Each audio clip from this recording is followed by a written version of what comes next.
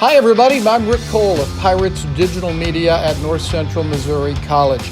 We are the audio and digital producers of North Central Missouri College, doing video work around campus that's highlighted on social media and our YouTube page, as well as providing live broadcasting of Pirates sports. I've been involved in sports broadcasting since the late 1970s and worked in radio and TV, as well as being a teacher for a long, long time. But this is my first ever podcast. We plan on featuring news and guests from North Central Missouri, but kind of more on a conversational level than other news and guests we have on our video productions and things we've done in the past. So it's not like what we've done in the past, but it is like what we've done in the past, just a little bit more conversational, and it's an audio podcast. I always kind of feared that I would not have enough to say on a podcast, so we're trying to do some different things. I've avoided the podcast arena for a long time, but I've come up with a plan to bring in guests that either have a direct connection with NCMC, like today's guest, Beth Caldarello, the Director of Library Services, but also we're going to meet people that have an indirect connection with North Central. We're also planning on having a co-host now and then just to keep things lively, but mostly it's a presentation for you to enjoy the best part of NCMC, the Pirate People. Before we get to Beth Caldarello, some notes this week from North Central. Classes began on Monday, the day we're taping, and with the move-in day Saturday and the student organizational fair on Monday, it's been a very busy beginning to the school year. You can see video on our social media sites of both the move-in and the organizational fair on our Instagram feed, Pirates Digital Media. It's also on Twitter. The Twitter handle is at NCMC Media. And on Facebook, our page is Pirates Digital Media. Also, the YouTube page I mentioned earlier is Pirates Digital Media. Always kind of fun to watch new kids coming to campus. Had a chance to watch a little bit today. And one of the things that you see is that the freshmen and sophomores, kind of easy to see who is who. The sophomores have a little bit more, swagger in their step. The freshmen are looking at their phones and they're kind of quiet and looking around at buildings and that kind of stuff. It's just kind of fun to watch. It's fun to see the changes in the returners. They a lot of times look different than they did 3 months ago when they left. And I don't know, there's just certain adulthood about them when you visit with them in their second year. The weather here has been hot and sticky. Our outdoor sports are dealing with that. Baseball helped with move-in day, and they've already started practicing as of last Friday. Softball has an organizational meeting tonight. It's Monday night, and they're going to start practicing later this week. Softball, as you may know, also has a new head coach. Sarah Van Dyke, the assistant for the last couple of years, takes over for retired coach and athletic director Steve Richmond. I ran into Steve last week. He is now coaching softball at Princeton High School, where they've had a great program the last few years under Heather Hall. Steve said that things were going pretty well in preseason there, except he was kind of bitten by the injury bug. His top 2 or 3 pitchers all had pretty severe injuries, so they're down to a freshman in the circle at least to start the year. Back on the North Central Missouri College campus, staff and faculty had their normal in-services last week, along with the necessary meetings. But stealing the show during the opening convocation was Dr. Tristan Landre, who was in rare form with the jokes. He and Dr. Lenny Claver, the president of the college, had a funny and lively interaction, even though Dr. K held his own. By the way, they need to consider their own podcast, the two of them, the way they were doing things on Thursday. And I guess I need to mention at this point that our live video channel, piratesdigitalmedia.com, is also a place where you can see archives of all of our broadcasts. And we did broadcast the in-service live. If you care to go back and kind of watch a couple of doctors operating in rare form. Another person we need to mention is Leslie Collins. Many of you know her as the assistant women's basketball coach here the last 15 years or so. She is now organizing student activities. The organization fair today was well attended, really well organized. And there's a 4-week schedule of activities for the students on campus as we begin the year. I think Leslie's going to be really good at this job. She's working with head baseball coach Donnie Hillerman. That's part of his job as well. And they're going to make a great team and do some really good things. Another new person who has a new job is Nate Gamet. You know him. He was the director of the Ketchum Community Center. He's now our athletic director. He's got a lot on his plate this week. The golf fundraiser is Friday. And by the way, if you've not registered to play, you still may do so by contacting the Ketchum Center. Should be a great day. It's going to be hot again. We'll have some highlights and some comments on Pirates Digital Media, again on our YouTube channel and some of our social feeds. Well, let's take a moment here and focus on our guest today, Director of Library Services, Beth Caldarello. For this broadcast interview, remember it's our first one, and I was kind of hesitant about exactly what we wanted to do, but I knew I wanted to hear about her duties at NCMC, but also hear a little bit about her life and her beliefs regarding education.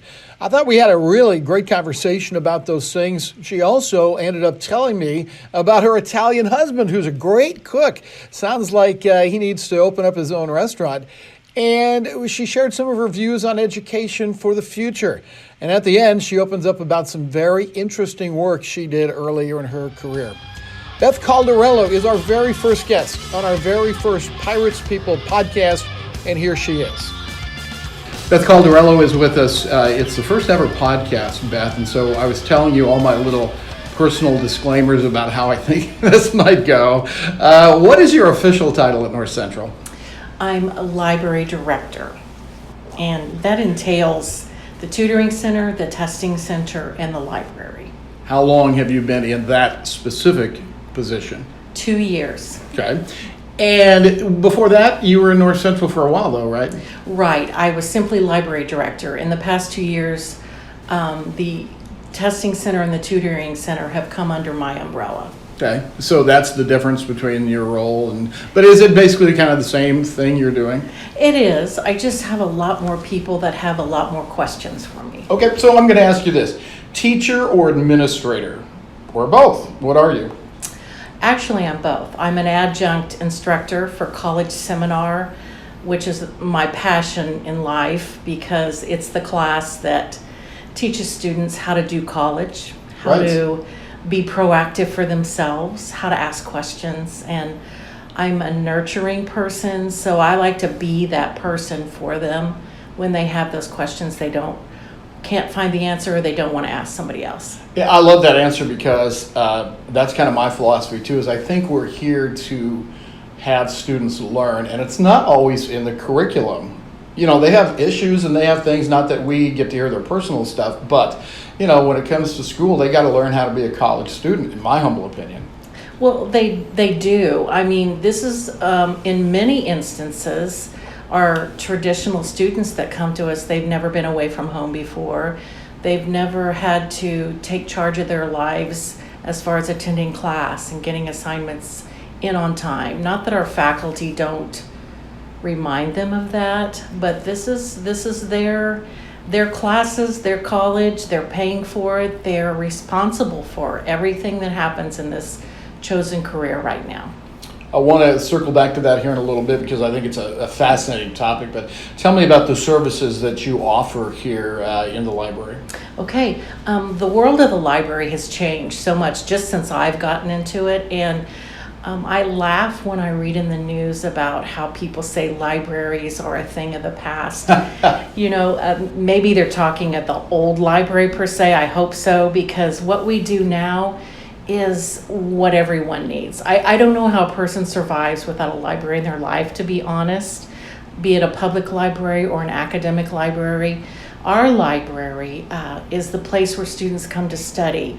We have technology. Students come to us and they need help with technology. You know, they know how to text and do all those wonderful things, but as far as turning in papers, maybe how to print, how to save to a document, we do all of that. So you teach them, you coach them up on all those things they need to know? Okay. Yes, and we also are that place where if they need to take a test, we are a welcoming place to take a test. So many students have test anxiety, and we have branched out in that area and made it so they feel comfortable. We find that special place for them, and we like to think that they're doing much better with their tests because we're allowing them to be themselves and have the comfort level that they need to succeed.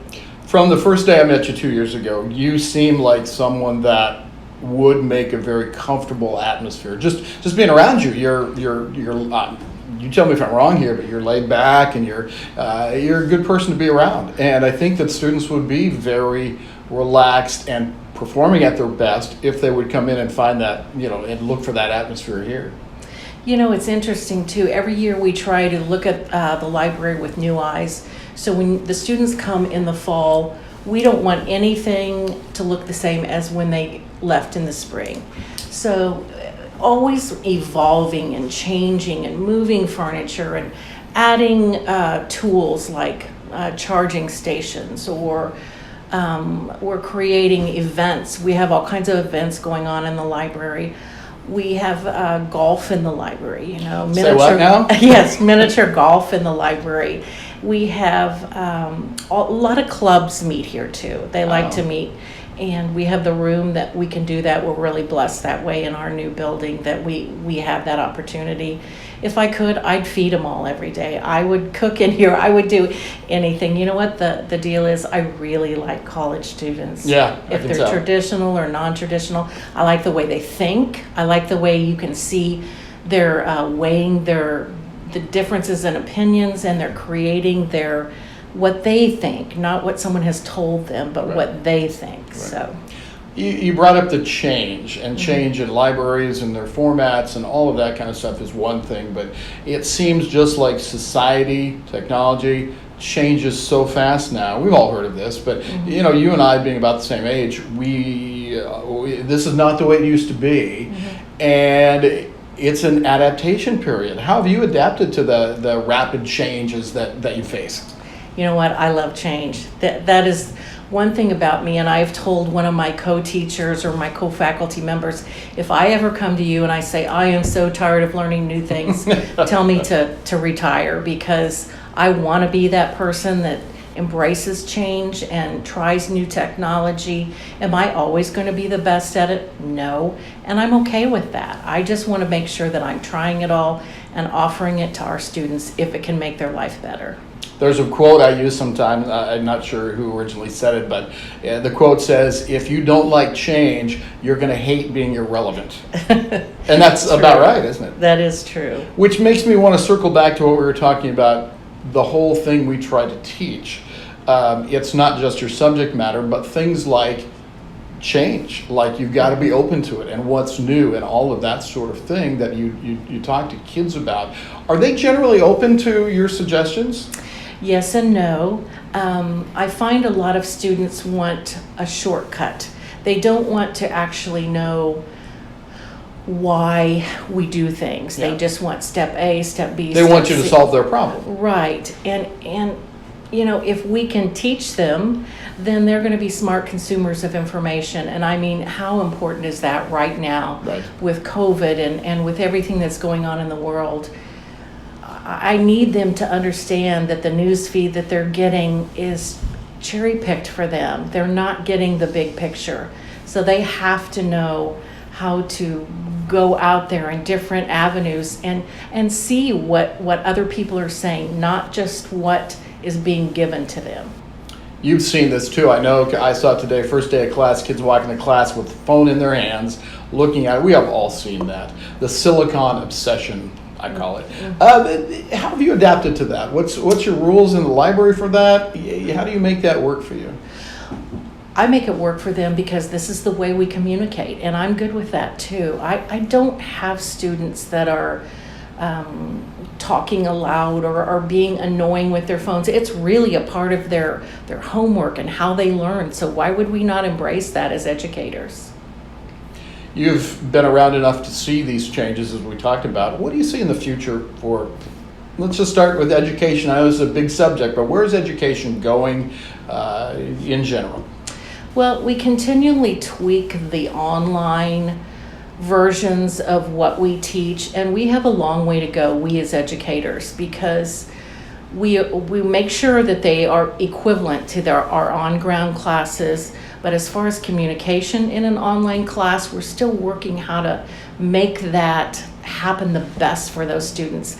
I teach strictly online, and those students are so amazing in what they share with their classmates, because we do discussion threads. Right.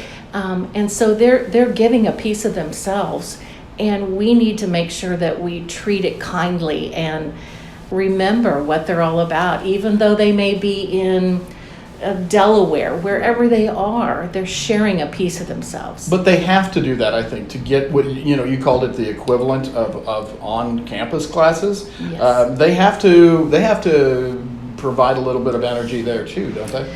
They absolutely do. And my biggest concern, I think, is for students that take online classes when that is not the best way for them to learn. It may be the most convenient way for them, but it's not always the best way for them. Right. Does that go back to learning modalities and things like that, where people need to either hear it, see it, feel it, whatever? That's part of it, but also it goes back to communication. Some people absolutely need to speak face-to-face to someone, which again, online we can do chat and we can do Zoom and we can do all those things. But if we have a student that doesn't share that with us, that we don't know that's really the only way or the best way for them, we're not going to reach out. So communication lines always have to be open. My observation through the years and having taught in public schools for a long time is that high school teachers, let's just say that, they have a lot of authority. It's my way or the highway. And when kids come to college, it's not necessarily that way. Maybe one or two teachers are like that, but there's a lot of give and take. Is that something kids need to adjust to, just kind of opposite of what they're used to in high school? Boy, you have hit that right on the money, because they're not used to that. They are used to, this will be in at 3 o'clock, this is how you do it, this is an example of what it looks like, and they don't have that in college, and that's on purpose. We want them to think for themselves, to be critical thinkers, strategic thinkers. I mean, who wants to hire someone in the work world and you're just simply telling them what to do? Yeah, right. Well, that's not the real world or Yeah. the real work world. What is North Central selling as far as being ready for the real world? Our students, they're very focused on their career. We hit that hard in college seminar, and very rarely do I have a student that says they're going to college and they don't know what they want to do with what their end goal is. Right. We're very focused on goals. Why are you here? Why are you spending money on an education? Many of our students are healthcare workers, so of course they know what they want to do. Our ag students, they're very focused. So those few that don't know where they're going, we're gonna help them make that decision. Let's turn the page here a little bit. Okay. So my question to you is, why are you here, and why did you spend money on your education? Is being in this kind of position what you always envisioned? I really always thought I would be in administration, and even though I guess I'm in administration a little bit, I finished my PhD just 3 years ago. So I need to address you as doctor. You really do, and I wanted to talk to you about that. Yeah, I have a tendency to be a little informal, so. I make my family call me Dr. Mom, so. Dr. Mom, I love it. Anyway, but if I'm in education, so why wouldn't I further my education Right. as far as I can? And let's see, I just always thought I'd be in administration, but once I entered the library world, I knew this was my niche. Yeah. I need to be one-on-one with the students. I need to be face-to-face with them all the time. Not that administration isn't, but a lot of times they're doing things that affect the whole campus with each decision they make. I want to make those one-on-one decisions. I got to tell you a library story from my undergraduate days. And by the way, my undergraduate days were 9 of the best years of my life because I took a big break and all that. But I got as much out of going through the stacks in the library and just looking for topics or looking for books or something, I think, than I did from any single class, because I was very interested in, like you talked about earlier, learning, just the process of learning, really whatever was in my mind at the moment. Do kids still do that? Can they do that with the digital formats and everything? Can they browse? Absolutely. I mean, we have 250,000 ebooks, reference ebooks only. Say that again, how many? 250,000. So that's my concern too. So many choices, so little time. Yeah. So if you don't have a student that's actually curious enough to go in those virtual stacks, it's going to be difficult for them too. Do we have physical stacks? You bet we do. And Right. we have access to 32 million items at our fingertips. 32 million. Yes, Love it. from our consortium. Librarians are notoriously giving, and so all these libraries that I work with, they would give us anything, as would we. I mean, Right. we want to share whatever we have. Right. So, Dr. Beth Caldarello is our guest. Back to your family, would you tell us a little bit about them? sure. I have 3 sons who are my pride and joy most of the time, and I am such a boy person that sometimes I find that when I'm conversing with female students, I learn so much because that's not my world. I'm in a male-dominated family, Right. and I'm used to the rough and tumble and loud. Right. and- It's funny, I have 2 girls and I find the exact same thing. You do. Not the opposite Yeah. way, but yeah. Yeah. And then my husband and I, we've been married 37 years. Well, And congratulations on that. Now, there's a separate topic for a podcast right Yeah. there. That's fantastic. he's amazing. What's his And name? Mark. Mark. He recently retired. He's a union pipe fitter in construction, and so this is his chance to relax, and I'm the worker now. So Gotcha. Okay. Does he have dinner ready at night and all that kind of stuff? you know or what? is he- Actually, he's Italian, and he is like the most Seriously? amazing chef you've ever met in your life. So yes, he does. He has amazing, and not boring things like Yeah. I might cook. It's all these salad dressings that he Oh, makes love by it. hand with all the fresh ingredients, and the pasta and the meat sauce and the sugu and all those things. Did he come from a family that cooked? All of them. He has Yeah. 5 siblings, and It's that typical, stereotypical Italian thing, isn't it? yes, and all my sons are excellent chefs also. I learned how to make spaghetti sauce by watching the movie The Godfather. If you remember the scene they were making spaghetti sauce, that's how I do it. Yes. But no, that's really neat. Did he grow up in the States? Yes, he did, and this is kind of interesting. We have a Caldarello Italian sausage company. Is that right? It is. Oh, you and- just shamelessly plugged them here. Yes, This I is did great. plug that, but No, do it again. Tell us more about that.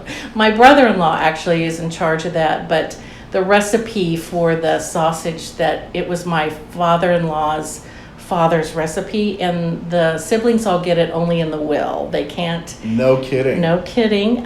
We are in the Grozzo's restaurants in Kansas You City. are? Yes, we used to be in Chief Stadium, not anymore. We didn't. I'll be darned. It was a little too difficult for a small company, but honestly, it's the best sausage you'll ever try. Now, So, can I buy it somewhere? you can buy it in Kansas City at all the Price Choppers. At Price Chopper. Or I could bring you some so Oh, you can try it too. See, I knew there would be an advantage to this podcast thing. Yes. That's fantastic. Yes. And what do your sons do? My oldest son is studying to be an electrician.